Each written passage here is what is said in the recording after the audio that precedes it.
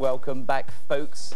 Halloween is fast approaching. We talked about scary movies earlier, and it takes a special skill to create that special scary story. Our next guest has been doing it for years, and we wanted to know, why do we like to be scared? What does it take to be scared? Joining us right now is Mike Korn. Hi, Mike, thanks for coming on the show.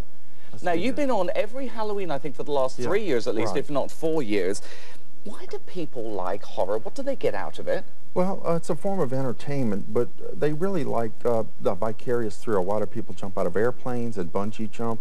Some people like that thrill, but you can think psychologically. Freud would say that we're afraid of our own mortality. So in this way, harmlessly, we can rehearse it over and over. Now, I don't like jumping out of airplanes, and I don't like the blood gutsy horrors, but I like some of the more thriller, the mental ones. Right. That's right. Now, what was, if we go back in history, the very first horror story? What would you say that was? Well, most people think it's Poe and Mary Shelley's Frankenstein novel, but if you go back, you know, to the 8th century, Beowulf came about, and by mouth. But thousands of years, the ancient Egyptians could be said to have written a sort of fantasy. So we've been scaring ourselves and the Greeks, for thousands of years. And then the Hebrew and Christian cultures came out with theirs. Now, what makes a good horror story?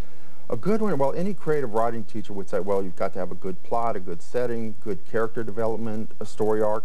But for horror genre, you have to say also, you have to have a weird element of strangeness or supernatural, preternatural quality, so the writer can suspend the reader's disbelief. What about a bad one? How would you write a bad one? I would say in the 80s, everybody was trying to copy Stephen King, and these terrible novels came out. One of them was about a killer grand piano, which I don't know how scary that is, but... Oh, I should look that one up. Now, talking about horror books, etc., how many have you written? How many horror books and stories have you written? I've written 240, not counting high school and college, that have been published under the name M.F. Korn. So, and 12 novels. Your name's Mike Korn, but you write under the M for Mike, F Korn. Right. Okay. And it's, you know, I'm on my 13th novel. 13th novel. Now, what's your latest one? I've got it here. Well, I don't know if camera 3 can quickly pick this up for me. This is your latest one right now. Thank you, camera 3. All my horror novels are mostly set in Louisiana, and this is a really fun, mild, tame novel.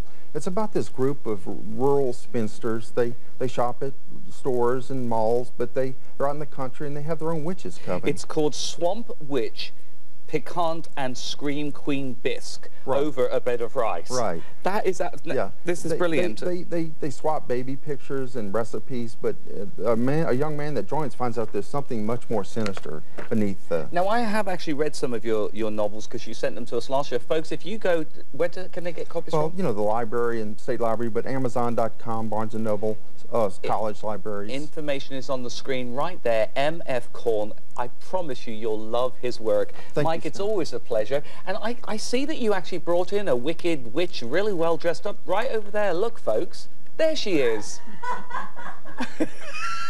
Thanks a lot, Scott. No candy for you this year. Wow. Well, anyway, with me right now is the Quiet Love.